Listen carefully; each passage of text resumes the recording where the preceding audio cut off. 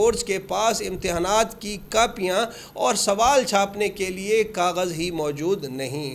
Driving licence, شناختی card اور passport بھی نہیں بن رہے کیونکہ پلاسٹک شیٹس امپورٹ نہیں ہو رہی۔ سری لنکا کی ایکسپورٹ کا 52% ٹیکسٹائل اور گارمنٹس پر مشتمل تھا۔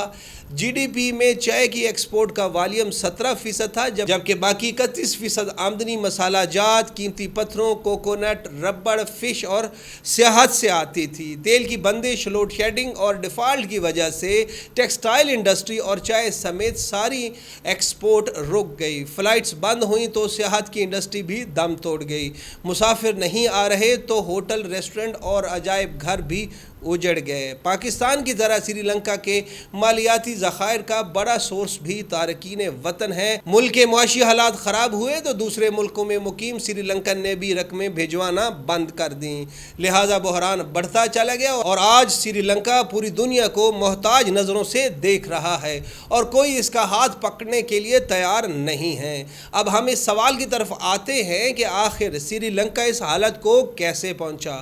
ہم سردست سیاسی وجوہات کو سائیڈ پر رکھتے ہیں اور عملی چیزیں دیکھتے ہیں۔ سری لنکا قدرتی وسائل سے مالا مال خوبصورت ملک ہے، دنیا کے بہترین چائے پیدا کرتا ہے، گھنے جنگلات ہے، بدھ مت کا گڑھ ہے، لہٰذا مذہبی سیاحت کے خزانے بھی بہت زیادہ موجود ہیں، دنیا جہان کے مسالہ جات بھی پیدا ہوتے ہیں۔ سری لنکا کی دار چینی پوری دنیا میں مشہور ہے۔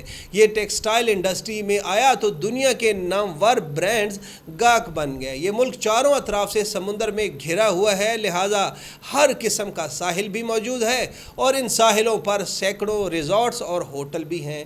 92.3% لوگ پڑھے لکھے ہیں، یہاں تک بیکاری بھی روزانہ اخبار پڑھتے ہیں۔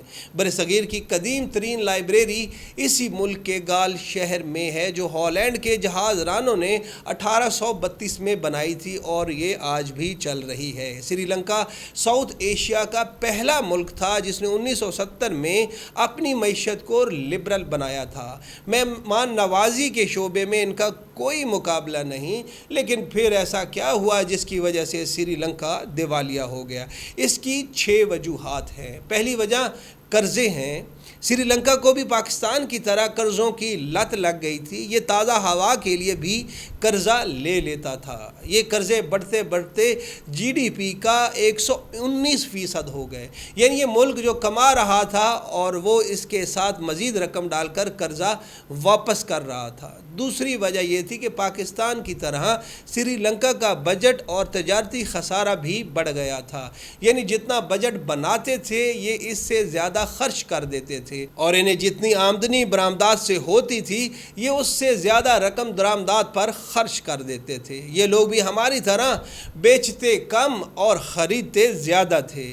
تیسری وجہ یہ سامنے آئی کہ سری لنکا میں بھی ہماری پی آئی اے اور اسٹیل مل کی طرح ایسے سفید ہاتھی تھے جن پر بجٹ کا 20% حصہ خرچ ہو جاتا تھا۔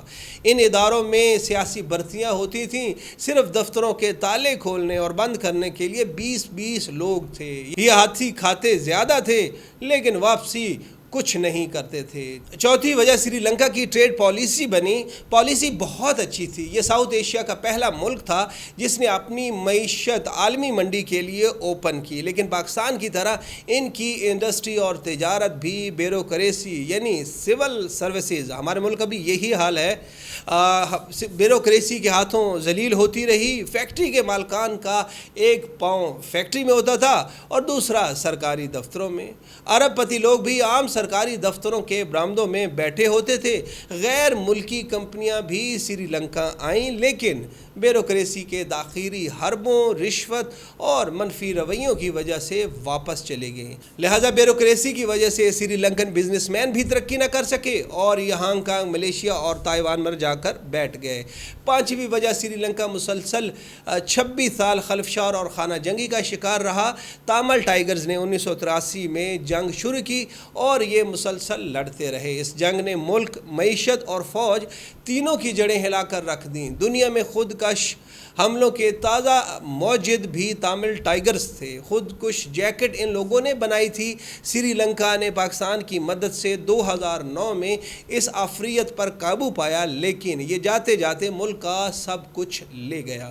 چھٹی اور آخری وجہ یہ سامنے آئی کہ سری لنکا میں تعلیم تو بہت ہے، لیکن پاکستان کی طرح عملی تعلیم نہ ہونے کے برابر ہے۔ لوگ ڈگری ہولڈرز ہیں مگر ان کے پاس ہنر کوئی نہیں، لہٰذا پاکستان کی طرح سری لنکا میں بھی ہر شخص نوکری کی درخواست جیب میں ڈال کر پھر رہا ہے، اور اس کا نتیجہ ڈیفالٹ کی صورت میں نکلا۔ سری لنکا کی مثال دیکھ کر ہم یہ بات اب سمجھ سکتے ہیں کہ دنیا میں کوئی بھی قوم قدرت کی فیورٹ نہیں ہوتی۔ بنی اسرائیل اللہ تعالیٰ کی محبوب ترین قوم تھی، لیکن اس نے بھی جب قدرت کے سسٹم کی خلاف ورزی کی تو وہ بھی ہزاروں سال ذلیل و خوار ہوتی رہی۔ ہم مسلمان بھی کئی سو سال سے کھجل خوار ہو رہے ہیں۔ اس کی بنیادی وجہ کیا ہے اور کیوں؟ کیونکہ ہم بھی نیچر کے سسٹم سے الٹ چل رہے ہیں۔ لہٰذا یہ یاد رکھیں کہ اگر اللہ تعالیٰ نے 22 ملین سری لنکن کی کوئی مدد نہیں کی تو جذباتی، بخاراتی، شعلہ بیاں، تصوراتی ہیروز کی پوجا کرنے والے نالائکی، سستی اور نااہلی کے مارے 250 ملین سے زائد پاکستانیوں کے لیے بھی کوئی غیبی مدد نہیں آئے گی۔ اور ہم یہ بھی یاد رکھیں کہ ہم سری لنکا سے صرف 5 ماہ پیچھے ہیں، اور ہم نے اگر ان 5 ماہ میں خود کو نہ بچایا تو سری لنکا کے بعد اگلے دیوالیہ قوم ہم ہوں گے۔ اگر خدا نخواستہ اس گڑھے میں گر گئے تو پھر ہمیں باہر نکالنے کے لیے پہلی قیمت گوادر اور ایٹمی پروگرام کی شکل میں ادا کرنا پڑے گی، اور اس کے بعد دوسری، تیسری اور چوتھی قیمتیں بھی موجود ہیں۔ لہٰذا سمجھ جائیں، گنجائش بالکل نہیں ہے۔